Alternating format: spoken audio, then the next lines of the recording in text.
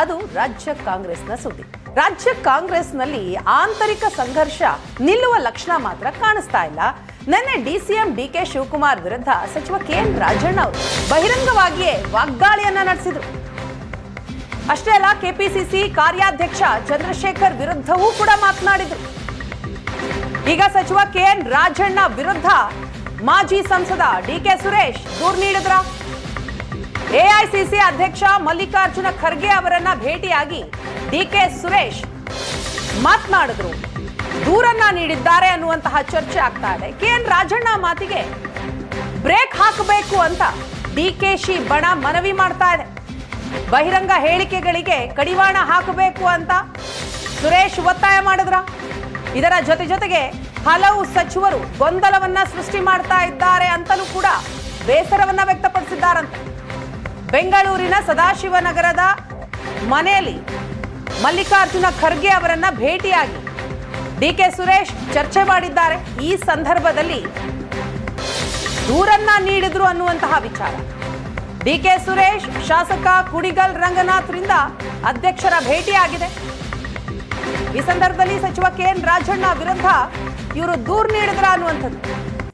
ಬಹಿರಂಗವಾಗಿಯೇ ಕೆಎನ್ ರಾಜಣ್ಣ ಮಾತನಾಡ್ತಾ ಇದ್ದಾರೆ. ಅದನ್ನ ನಿಲ್ಲಿಸಬೇಕು, ಅದಕ್ಕೆ ಬ್ರೇಕ್ ಹಾಕಬೇಕು ಅನ್ನೋದು ಡಿಕೆಶಿ ಬಣದ ಮನವಿ. ಹಲವು ಸಚಿವರು ಈ ಸಂದರ್ಭದಲ್ಲಿ ಗೊಂದಲ ಕೂಡ ಸೃಷ್ಟಿ ಮಾಡ್ತಾ ಇದ್ದಾರೆ. ಆ ಬೇಸರವನ್ನು ಕೂಡ ಡಿಕೆ ಸುರೇಶ್ ಅವರು ಅಧ್ಯಕ್ಷರ ಮುಂದೆ ಹೇಳ್ಕೊಂಡಿದ್ದಾರೆ. ಇವತ್ತು ಎಐಸಿಸಿ ಅಧ್ಯಕ್ಷ ಮಲ್ಲಿಕಾರ್ಜುನ ಖರ್ಗೆ ಅವರನ್ನ ಭೇಟಿಯಾದರು. ಮಾಜಿ ಸಂಸದ ಡಿಕೆ ಸುರೇಶ್ ಭೇಟಿಯಾಗಿ ರಾಜ್ಯದಲ್ಲಿ ಆಗ್ತಾ ಇರುವ ಬೆಳವಣಿಗೆಯ ಕುರಿತಾಗಿ ಮಾಹಿತಿಯನ್ನ ನೀಡಿದ್ದಾರೆ.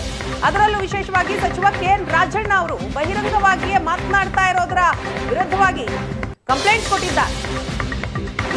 ಕೆಪಿಸಿಸಿ ಕಾರ್ಯಾಧ್ಯಕ್ಷ ಜಿಸಿ ಚಂದ್ರಶೇಖರ್ ವಿರುದ್ಧವೂ ಕೂಡ ನಿನ್ನೆ ಕೆಎನ್ ರಾಜಣ್ಣ ಆಕ್ರೋಶ ವ್ಯಕ್ತಪಡಿಸಿದ್ರು, ಮಾತನಾಡಿದ್ರು. ಅದನ್ನು ಕೂಡ ಅಧ್ಯಕ್ಷರ ಗಮನಕ್ಕೆ ತಂದಿದ್ದಾರಂತೆ.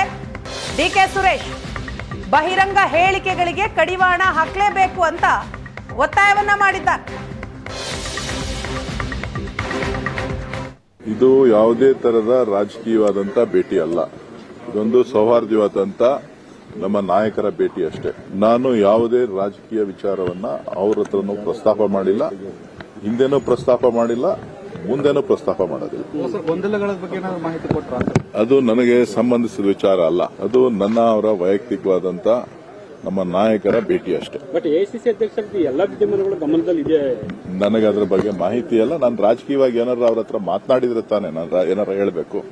ನಾನು ರಾಜಕೀಯವಾಗಿ ಅವ್ರ ಹತ್ರ ಏನು ಮಾತಾಡಿಲ್ಲ. ಸೌಹಾರ್ದಯುತವಾದಂತ ಭೇಟಿ ಅಷ್ಟೇ. ಈಗ ಗೊಂದಲ ಏನೂ ಇಲ್ಲ. ನನಗೆ ಗೊತ್ತಿದ್ದಾಗೆ ಗೊಂದಲಗಳು ಯಾವುದೂ ಇಲ್ಲ.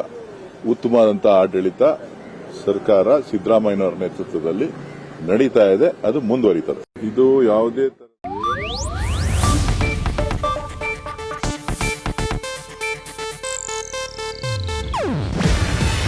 ಇದು ಏಷ್ಯಾನೆಟ್ ನ್ಯೂಸ್ ನೆಟ್ವರ್ಕ್ ಪ್ರಸ್ತುತಿ. ನೀವು ನೋಡ್ತಿದ್ದೀರಾ ಏಷ್ಯಾನೆಟ್ ಸುವರ್ಣ ನ್ಯೂಸ್.